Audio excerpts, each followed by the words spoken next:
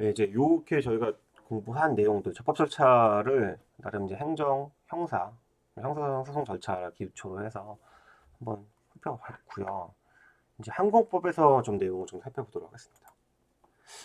일단 뭐 항공법에서도 절차를 구성하는 요소들은 여러 가지가 있을 수 있겠죠.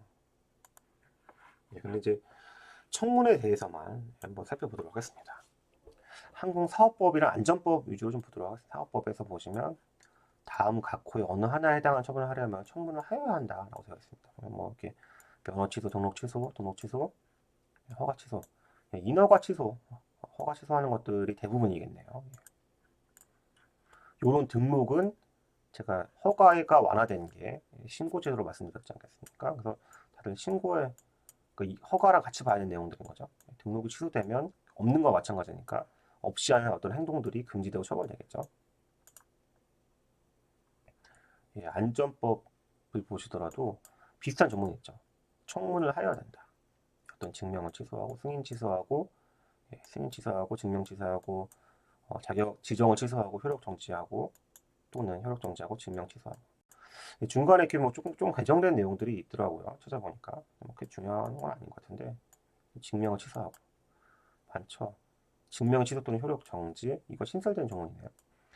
지정 취소, 효력 정지, 인정 취소, 지정 취소, 증명 취소, 인증 취소, 승인 취소, 증명 취소. 취소가 되면 어떤 불이익한 게 있겠죠.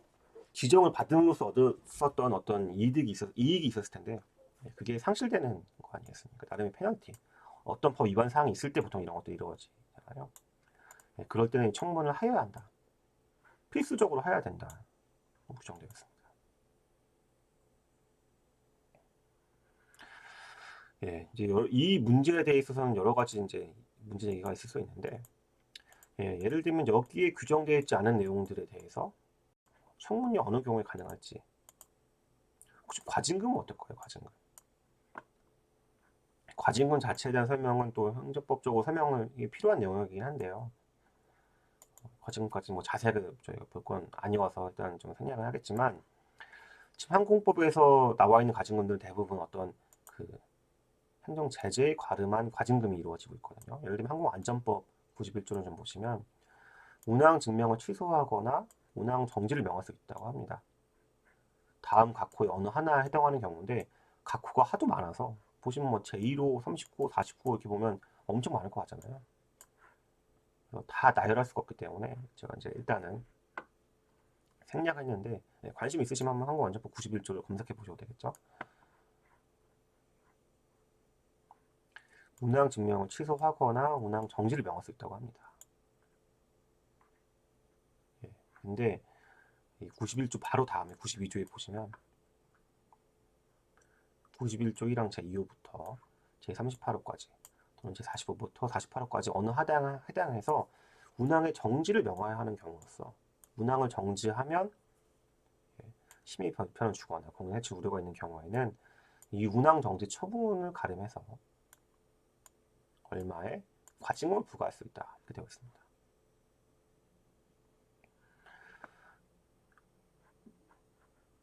92조 1항 이거에 따라서 운항이 정지되는 경우도 있지만 운항이 취소되는 경우잖아요. 운항명 취소. 예, 요 색깔 제가 빨간색으로 했으면 더 좋았을 텐데 딱 이거랑 되는 거 맞았을 텐데 그러니까 지금 보면 색깔을 좀 달리게 할 거 그랬네요. 그러니까 빨간색하고 요 파란색 할 걸.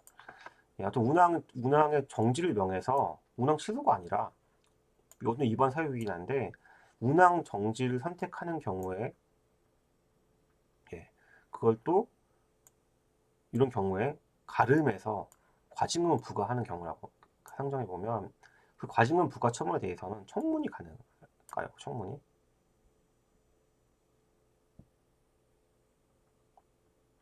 여기는 운항증명 취소라고 되어 있으니까 운항증명 취소랑 운항 정지를 명백하게 구별된다고 보는 견해에 따른다고 하면 야 운항 취소 증명 취소로만 되어 있지 운항 정지는 아니니까 과징금 자체가 애초에 운항 정지를 명하는 경우이니까 안 된다고 본다는 견해가 있을 수도 있죠.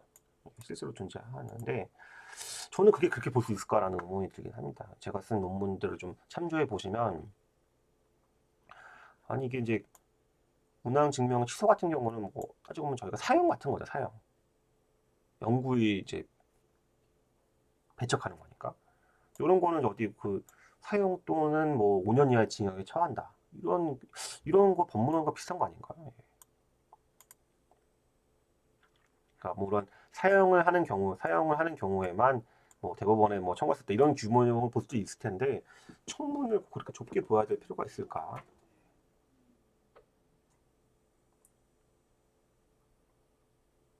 충분히 그리고 그 증명 취소에는 이거 아래에 있는 이런 정지도 당연히 포함된다고 볼 수 있기 때문에 저는 뭐 저의 해석이 타당하다기보다는 제가 생각하기에는 이게 연장된 어떤 그 스펙트럼의 연장이 있고 제일 과중된 게 이거기 때문에 이게 아니라 이거 선택하는 경우에도 청문을 반드시 해야 되는 것은 아닌가라는 생각이 들긴 하거든요. 물론 이 생각에 반대할 수도 있죠. 예, 반대할 수도 있고 아니라고 할 수도 있다. 문헌에 반하는 거 아니냐라는 생각할 수도 있는데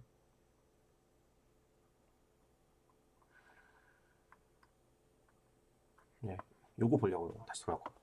그러니까 다른 법령에서 하고 있는 거 항공안전법에서 예, 정하고 있는 경우가 아니라고 본다고 하더라도 인허가 등의 취소 밑에는 되는 거 아니냐? 그 이것도 아니라고 쳐요. 이유는 행정청이 필요하다고 인정하는 경우. 당사자의 신청권 인정될 수 있을 것인가? 어차피 내는 위반 사유는 법 위반 사유는 똑같은데 우연한 기회에 과징금을 선택하게 되면 청문회 기회를 박탈해 주는 대신 돈 내라라고 볼 수 있다는 거지. 물론 이제 뭐 저는 충분히 이제 어떤 적법 절차의 원칙을 구현하기 위해서는 청문이 가능하다고 봐야 되는 것은 아니냐. 또 과징금이면 어, 100억 정도면 100억 이하긴 하겠지만 어떤 금액을 받아가는 건데 청문회 기회도 보장을 해야 되는 것은 아닌가.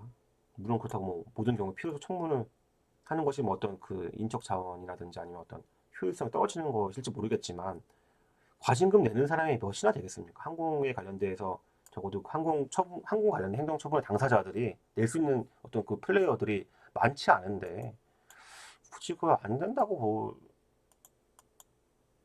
법을 또 개정할 수도 있겠지만 법 개정을 안 한다고 하더라도 해석에 의해서 충분히 되는 것은 아닌가라는 생각이 들긴 하거든요.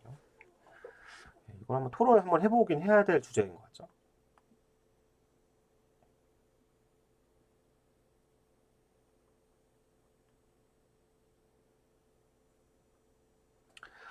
그 다음으로 좀 생각해보고 싶은 문제는 뭐 이거야말로 뭐제그 박사학위 논문과도 연결되는 예, 주제인데요. 항공 분야 행정처분 업무 처리 절차에 관한 규정이라는 예, 국토교통부 훈령이 있습니다. 요것만 봐서는 이게 뭔지 잘 마음이 와닿지가 않잖아요. 예, 그렇기 때문에 저희가 이제 이 밑에 붙은 요거까지 봐야지만 이 항공 분야 행정처분 업무 처리 절차에 관한 규정의 속성을 알 수가 있겠죠. 예, 훈령은 뭡니까? 예규 훈령 고시는 이 자체가 법규 명령이 아니라는 거고요. 국민을 기속하는 어떤 효력을 가지는 것이 아니라 행정청 내부만을 기속하는 행정규칙 형식일 뿐이다. 심지어 항공 분야 행정처분 업무 처리 절차에 관한 규정에 관련돼서 뭐 상위법령에 위임이 있는 것도 아니잖아요. 예, 진짜 내부의 어떤 업무 처리 절차 규정을 담고 있거든요. 이 법도 아니죠. 이 규정은 행정 처분을 심의하는 경우, 항공 분야에 관련 국토교통부 장관에서 항공 분야에 관련된 어떤 것들을 심의하는 경우에 심의가 뭔지 참 따져봐야겠죠.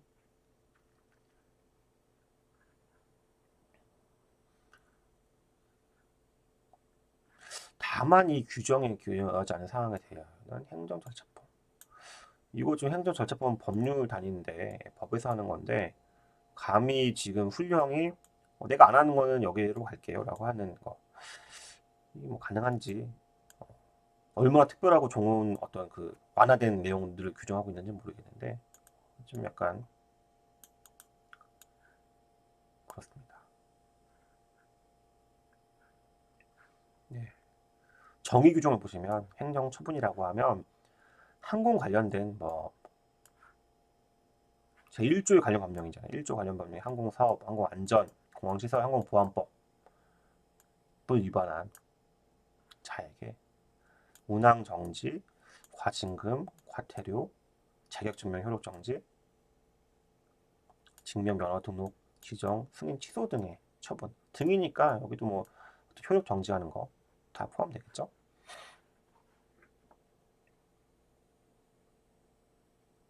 등의 처분을 말한다. 청문이라 함은 항공기관에 장애 어떤 처분을 하기 전에 당사자 의견을 듣고 직접적 증거를 조사하는 절차를 말한다. 이걸 뭐 굳이 여기서 정의 안 해도 당연한 내용이고요. 사실조사, 뭐 위반 행위, 법령에 따라 준수해야 될 하지 않은 것은 다음 관련된 사항을 말한다. 심의 대상은 다음과 같다. 취소 또는 정지 처분, 과징금 처분, 과태료 처분. 결국에 일정한 행정 어떤 법에서, 특히 항공법에서 요구하고 있는 어떤 의무들이 있을 거 아니에요. 의무를 위반해서 어떤 처벌을 내리는, 그게 이제 그 처벌이 형사처벌이 아닌 거죠. 취소, 정지 처분, 과징금 처분, 과태료 처분. 저는 이거를 행정 제재라는 표현으로 정의를 좀 하고 싶은데 어떤 분에 따라서는 행정 제재에는 뭐 과태료 처분만 포함된다고 보시는 경우도 좀 있습니다. 제가 생각하는데 다 어떤 것들 위반 행위에 대해서 제재를 하는 거기 때문에 다 행정 제재로 봐야 되지 않을까 싶은 생각이 듭니다. 행정처분심의위원회를 구성하게 되는데요. 행정처분심의위원회의 위원장은 공무원이 하게 되네요. 국토교통부 소속이기 때문에. 그 위원은 5인 이상 10인 이제 위원장 포함이니까 위원장 빼면 4인 이상 9인 나머지를 위원장이 지정한다고 합니다. 물론 이제 위원장이 공명정대하게 다른 사람들을 선정할 수도 있지만 위원장 한 사람이 다 위원회를 구성한다. 그럴 수 있죠. 그럴 수 있을 것 같은데 제 생각에는 이게 어떤 나름 적법조차 원칙에 충실한지 잘 모르겠습니다. 보시면 업무 관련이 없는 과장이 뜬추하는 부서장, 항공 분야 교수, 항공 분야 10년 이상 재직 중, 또 고문 변호사. 변호사는 변호사인데 왜 고문 변호사 또는 변호사라고 했을까요? 고문 변호사도 변호사면 그냥 변호사로만 적었어도 되는 건데 고문 변호사를 좀 먼저 챙기겠다는 그런 의미인지. 여기는 위원회 제척 회피 있고 깊이 규정은 없네요. 깊이. 누가 깊이 신청을 해서 판단하는 깊이는 아예 없네요. 제척 회피만 있고. 위원회는 3분의 2 출상을 개의하고 과반수 찬성으로 의결한다고 합니다. 무엇은 걸 의안을 의결하는지는 모르겠는데 제 생각에는 이거는 지금 현재 전반적으로 심의위원회 제도인데 심의를 할 때 의결이 필수적인지는 잘 모르겠긴 하거든요. 안건을 통과시킬 때 위원회 의사표시로서 뭔가 의결을 한다. 하긴 회의를 하긴 하니까 의결이 필요하다는 건 알긴 하겠지만 어떤 위원회 의사를 결정하는 거에 의결은 아닐 것으로 저는 생각이 듭니다. 위원회 의사를 표시한다기보다 대전제 자체가 항공 분야 행정처분의 처분 권한 자는 국토교통부 장관이기 때문에 장관 명의로 나가는 어떤 행정처분에 있어서 어떤 신중하고 공정하고 좀 전문적인 판단을 좀 보조하기 위해서 나름의 이제 그 안건을 정리해서 올린다는 의미로 좀 봐야겠죠. 그렇다고 하면 찬반 동수일 때 재표결 계속 이제 아마 다시 부결시키지 않고 다시 한번 해본다는 의미 이해하겠는데 위원장이 표결권을 가진다는 의미가 한 표를 혹시 더 가진다는 의미. 이미 위원장이 한 표를 냈는데 동수 나오니까 위원장이 가지는 재표결할 때 가진다는 의미인 건지 아니면 위원장은 가만히 있고 첫 번째 표결에서는 가만히 있고 빼고서 하는데 동수이면 다음번 때는 이제 위원장 자기의 의사가 들어가면 과반이 될 거 아닙니까? 저는 그렇게 해석이 되는데 어떤 분은 이걸 캐스팅 보트를 가지고 있다고 해서 이미 투표를 한 번 했는데 한 번 더 한다. 1인 2표를 가지게 되는 거다. 이 위원장의 경우에는 이렇게 보시는 견해도 있긴 존재하긴 합니다. 저는 이거는 그렇게 볼 수는 없다. 민주적 회의체가 운영되어야 되는 민주적 구성 원리에 반하기 때문에 재표결하는 것까지는 알겠는데 위원장이 표결권을 2개를 가진다고 볼 수는 없겠죠. 출석이 불가능한 경우에는 서면으로 의견을 제출할 수 있다. 제출된 의견은 의결에 반영해야 된다. 3분의 2 이상의 출석 요건은 출석이라는 거는 아니니까 불가능한 거니까. 예. 보통 출석한 위원회에서 과반 찬성을 의견한다고 하는데 제출된 의견은 그냥 서면으로 하겠다. 서면 출석이 가능하다는 의미인 건지. 예. 요것도 조문이 좋은 조문은 아닌 거죠. 예, 더 충격적인 거는 이제 위원회 심의에 관한 내용 비공개 원칙으로 한다. 비공개를 맞긴 맞는데 적어도 심의위원 이 참가한 위원회 어떤 몇 표가 나왔는지 뭐 이런 것 정도는 공개할 수 있는 거 아닌가 싶기도 한데요. 뭐 일단 비공개로 되어 있습니다. 청문회 실시 이게 사실 문제가 되는데 그 내용이 요 법에 따라서 청문 대상에 해당되는 경우에는 청문을 실시해야 된다. 이거는 뭐 이거와 상관없이 당연히 청문을 실시해야 되는 거잖아요. 법에 따라서.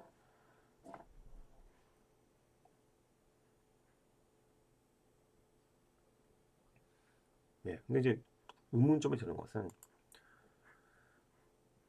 요 항공사업법 항공안전법에 정한 경우가 아니라 그냥 행정절차법 자체에 의해서 인정되는 경우는 청문 실시하지 않아야 된다는 의미는 아니지 않겠습니까? 그래서 19조는 좀 이렇게 좀 이렇게 깔끔하지 않은 조문인 거죠. 설명이 명확하지 않으니까. 21조 청문 주제로 다음에 사람을 선택해야 된다고 하고 있습니다. 내부 공무원 중 청문 사항과 관련되는 분야 전문 지식이 있는 사람이겠지만 청문 주제 재척 사유가 걸리는 사람들은 애초에 될 수가 없겠죠.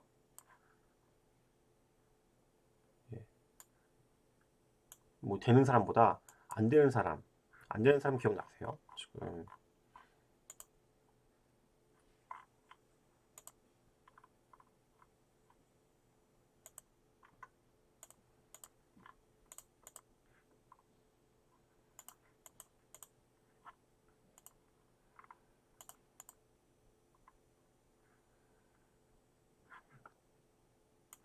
여기 제가 주제자의 재척 사유를 빠뜨렸네요. 여기 2항만 적어놔서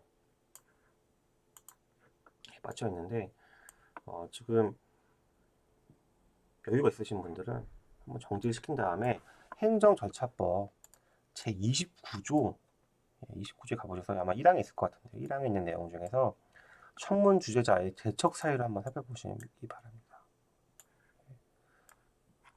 항공 분야 행정 절차에 관련된 그러니까 행정 처분에 관련된 절차에 관한 규정에는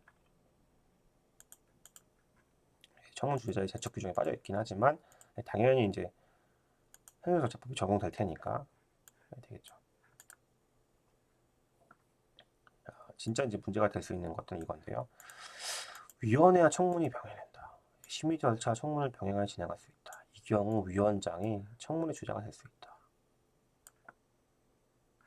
위원장이 국토교통부 공무원이었던 것 같은데요. 제 생각에는 관계 공무원일 텐데 청문의 주재자가 된다고 해버리면 재척 사유 되는 거 아닌가 싶은 생각이 좀 들긴 하는데요. 병행해서 개최하는 경우에는 청문 실시를 보지하는 청문을 실시한다. 그렇다고 하면 이 얘기인즉슨 심의 절차가 진행되는 절차 내에 청문을 짤막하게 인정하겠다는 거 아닙니까? 그러면 청문 주재자의 의견서가 나와야 되는데 청문 주재자 의견서가 나오기 전후로 이미 심의를 하는 거 아니에요? 심의는 청문을 하고 난 다음에 하든 전에 하든 심의 결과랑 청문 주재자의 의견이 다르면 어떻게 되는 거죠? 행정절차법 조문을 다시 한번 보시면 청문 주재자의 의견이 나오면 그게 이제 권고적 효력이 있거든요. 항공분 행정처분 업무 처리에 관한 절차에 관한 규정에서 가장 큰 의문은 뭐냐면 심의 절차랑 청문 절차에 대해서 심의 절차랑 청문 절차에 대해서 청문 절차는 그래도 어떤 적법 절차의 원칙에 기인한 것이고 당사자에게 어떤 의견 증거 조사의 기회가 보장되어 있는 것이지 않습니까? 청문 주재자 기피 신청권도 나름의 부족하긴 하지만 인정되고 있는 심의 절차는 순전히 국토교통부 장관은 어떤 신중한 의사 결정을 돕기 위해서 만들어진 절차. 물론 심의 절차 내에서도 가능하긴 한데 심의 절차의 구성이 그만큼 적법 절차 원칙이 구현하는 내용들이 반영되어 있는 내용만큼 이 보장이 되어 있느냐라는 의문이 저는 들고 있습니다. 그래서 제가 이러한 주제를 기초로 해서 박사학위 논문을 작성을 했고 일부 그 내용을 발췌해서 공개한 것도 있으니까요. 이 부분에 대해서 저희 그 문제의식에 대해서 혹시 뭐 관심이 있거나 생각하시는 분들은 한번 찾아보셔도 될 것 같습니다. 이 내용에 대해서는 한번 토론을 하는 것도 굉장히 의미가 좀 있는 내용일 것 같아요. 마지막으로는 이제 첫 번째 강도라고 해서 정도라고 해서 그 앞에 이제 잠깐 봤던 내용들. 그러니까 이제 원래 적법 절차가 헌법상 형사소송 절차에서 먼저 이루어지긴 했지만 행정 전반에 인정되면서 이제 약간 완화됐다고 했잖아요. 그 무게감이 밀도가 좀 약해졌다고 하는 내용에 대한 어떻게 헌법재판소가 그렇게 얘기를 하고 있는지에 대해서 보면 객관성과 공정성 담보에 특별한 문제가 없으면 반드시 행정기관이나 독립된 제3자의 기관으로 제3의 기관으로 하는 것이 뭐 요구되는 것까지 아니다. 그렇죠. 뭐 요구된다는 것보다 바람직하냐라는 걸 이의 제기하는 건데 뭐 요구된다고 볼 수는 없겠죠. 예, 이해합니다. 근데 이 사건 의견 청취 동의 조항은 직접 그걸 시행하는 전환개발 사업자로 정하고 있으나 청취 방법 절차를 규정에 있어서는 나름의 일련의 절차 규정을 두고 있고 보완 장치다. 또 관할하는 지방자치 단체장의 의견을 듣고 있다. 그리고 그 사람들은 민주 전략성을 가진 사람 아니냐. 그 나름 객관성, 공정성에 대한 우려를 어느 정도 제거하고 있다고 볼 수 있다. 그래서 이 사건 의견 청취 조항은 적법 절차 원칙에 위배되지 아니한다.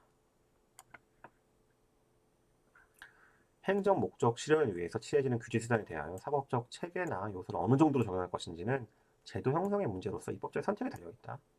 법관에게 과징금에 관한 결정권을 부여한다든지 과징금 부과 절차에 있어 사법적 요소들을 강화한다든지 하면 뭐 법치적 자율성이라는 점에서는 장점이 있겠는데 공정거래법에서 행정기관이 공정거래위원회로 하여금 과징금을 부과하여 제재할 수 있도록 한 것은 부당 내부 거래를 비롯한 다양한 불공정 경제 행위가 시장에 미치는 부정적 효과에 관한 사실 수집과 평가는 굉장히 전문적 지식과 경험을 갖춘 기관이 담당하는 것이 바람직하다는 결단에 의한 것이다. 과징금의 부과 여부 및 계획서 결정권자인 공정거래위원회는 합의제 행정기관이다. 그래서 그 구성에 있어 일정한 정도의 독립성이 보장되어 있다. 그 절차에도 통지, 의견 제출의 기회 등이 부여해서 절차적 참여권을 인정하고 있다. 뭐 그게 문제가 있으면 행정소송을 통해서 사법적인 사고심사도 보장되어 있기 때문에 적법 절차의 원칙에 위반하지 아니한다. 근데 좀 반대 의견도 있거든요. 이 판례에서 반대 의견을 좀 보시면 이거는 사법 절차적 엄격성을 함께 가져야 되는 영역이다. 그리고 그 전반적인 영향을 고려할 때 적어도 적반 절차에 상응해서 조사기관과 심판기관이 분리되어야 한다. 그러니까 수사랑 재판이 분리되어야 된다는 것 같은 얘기인 거잖아요. 심판관의 전문성, 독립성이 보장되어야 하며 증거조사와 변론이 충분히 보장되어야 된다.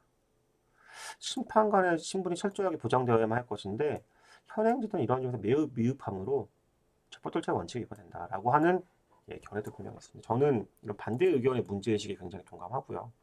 그럼에도 불구하고 헌법재판소도 재판이기 때문에 위헌이라고까지 하기는 쉽지 않았을 겁니다. 하지만 이 방향으로 나아가면 좋은 거잖아. 이 방향을 나아가서 나쁘다고 할 사람이 누구가 있겠습니까? 당사자에게 어떤 절차적 권리가 보장되고 그것이야말로 또 적법 절차 원칙을 구현하는 방법이기 때문에 충분히 이제 이런 문제 제기에 저는 공감을 하는 편이거든요. 그렇다고 하면 현행 항공법상 행정처분 심의 절차에 대해서 제가 가지고 있는 여러 가지 문제 의식들이 좀 있는데 그게 뭐 진짜 이런 행공 분야 행정처분 업무 처리 절차 규정이 뭐 위헌적이고 진짜 뭐 없어져야 될 악법이고 뭐 이렇게까지 본다는 얘기는 절대 아니거든요. 근데 좀 뭔가 아쉬운 부분들이 분명히 있다. 그 아쉬운 부분이 좀 적법전차 원칙을 구현하고 당사자 절차적 권리를 좀 보장하는 방향으로 좀 나아갔으면 좋겠다라고 하는 이제 그런 이제 문제 의식인 거죠. 예, 그런 연장선상에서 본다고 하면 충분히 적법절차 원칙에 좀 반하는 좀 미흡한 부분들이 발견되고 있기 때문에 개정의 노력이 좀 필요하다고 저는 생각을 하고, 예, 이 개정에 대해서 제가 생각하는 그 노력의 필요성에 대해서 공감을 좀 하신다고 하면 제가 작성한 논문들을 좀 읽어봐 주시면서 공유를 해주시면 좀 감사하겠습니다. 네, 일단 제가 준비한 강의 논문도 여기서 마치기로 하고요. 네, 수고 많으셨습니다.